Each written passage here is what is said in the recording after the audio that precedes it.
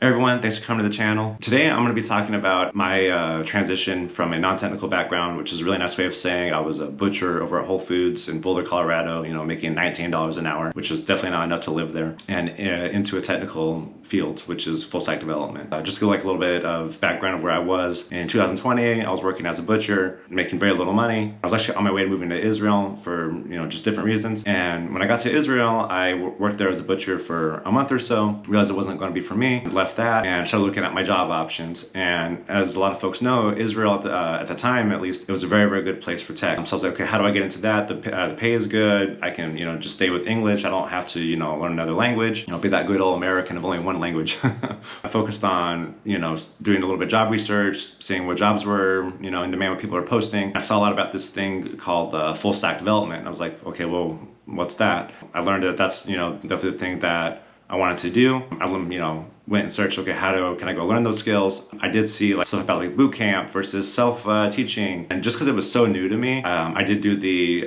boot camp route. The way I kind of like thought of it was like, well, it's like becoming like a mechanic or a plumber or any of those trades, you go to a school and you learn that, so that's what I wanted to do. So I went to a boot camp. It was a 12-week JavaScript full stack development boot camp. And I did supplement that curriculum with other stuff. Fortunately, I did have a very good cohort with some students there that did have computer science degrees actually. And they were like, okay, here's some things that you should definitely, learn, whether it's like stuff like big notation or some algorithms, kind of the ones that I like use mostly in interviews. And then there was like common like networking protocols and that kind of a thing. So I learned all that stuff, spent a lot of hours doing that. And at the end of my boot camp, we had all these, cookie cutter projects. Pretty much everyone had, the exact same projects. That's kind of boring to employers. What was really nice about my boot camp is that our final project was something you had to make. So, I made like, it was like a really basic credit application with like uploading photos. There was like a basic login, a little bit of like Google Maps implementation. That was my project that I was going to go show to employers. I started my job search probably 2 weeks before the boot camp ended actually. And I was posting everywhere, hey, I'm going to be graduating this boot camp. I'm looking for my entry role into tech. I was very, very straightforward about, I don't have any experience. I'm not coming from a technical background. Some folks were saying I should lie and say I have this and that, but I didn't really want to do that. And I was actually able to get an interview at a startup. It wasn't for a developer role. It was for like what I would call a developer adjacent role, but it did require JavaScript, HTML, CSS, of course the willingness to learn other technologies. This company dealt with web accessibility, so it was like you have to learn, web accessibility, how does it function, what's correct, what's not correct. And it was a very, very cool company to work at actually, just because it was also a startup. My department was a new department, kind of like a startup within a startup. So that was an amazing environment to be. And I was there for about a year before I transitioned into an extra software developer role in America. Of course, like that first role, it wasn't in a glamorous place. It wasn't a ton of money. It was $65,000 a year, which is a good amount for Dayton, Ohio, where, at the time you could rent a whole house for like $900. But, it was a start as an actual software developer. I just kept growing from there, kept learning new technologies, improving my skills, building stuff on the side. And eventually I did get that six-figure paying job, but it did take a little bit of time. And so if I was going to have to do that transition again today in 2023, where the job market, it's not as good as it was in 2020, and you got high interest rates, and tech really doesn't work that well on high interest rates, even though that the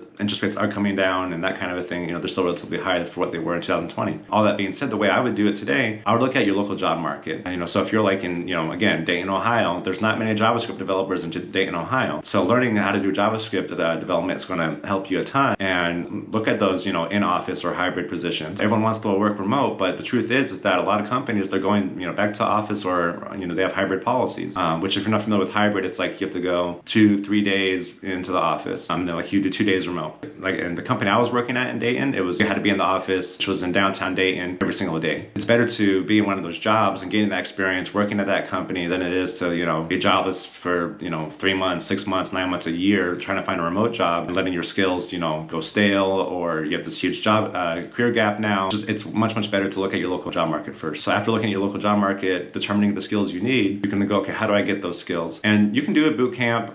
Boot camps in America are relatively expensive, and you definitely want to research that boot camp. Some of them are not so good, or they lie about their employment records, their employment statistics, and that kind of a thing. And so what you want to do is you do want to find like a good boot camp.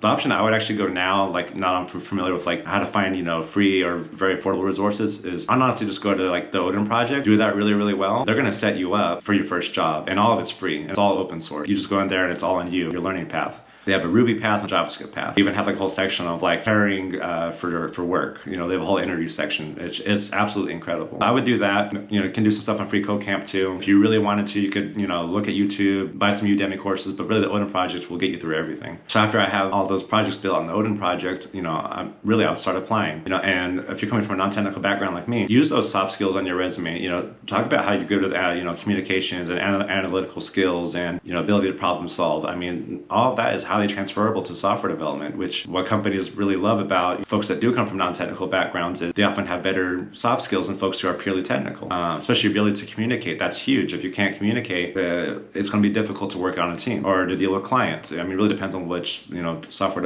role you get. I would do all that. Once I do get that first job, be there for a bit. Don't hop off after 3 months. Be there for like a year or so, and then evaluate. See where you are with that company. See if there's potential growth at that company or different roles you're interested in that company. And if not, you can always, you know, then leave after that. The things I really wanted to cover was, you know, going from non-technical, grabbing those skills and getting that job. At some point, I am going to talk about like how to like advance your career past, you know, the junior bit, because everyone talks about how to get into that junior position. They give you recommendations, but no one really talks about like, okay, once you're in that junior position, what's next? I go from junior to maybe mid, and how do I feel comfortable with those kind of things? What are some additional skills that I should be learning, you know, while working at my junior job? And so I will be covering that at a later point. Right now, that was all topics I wanted to talk about. So thanks so much for coming by, and I hope to see you all again.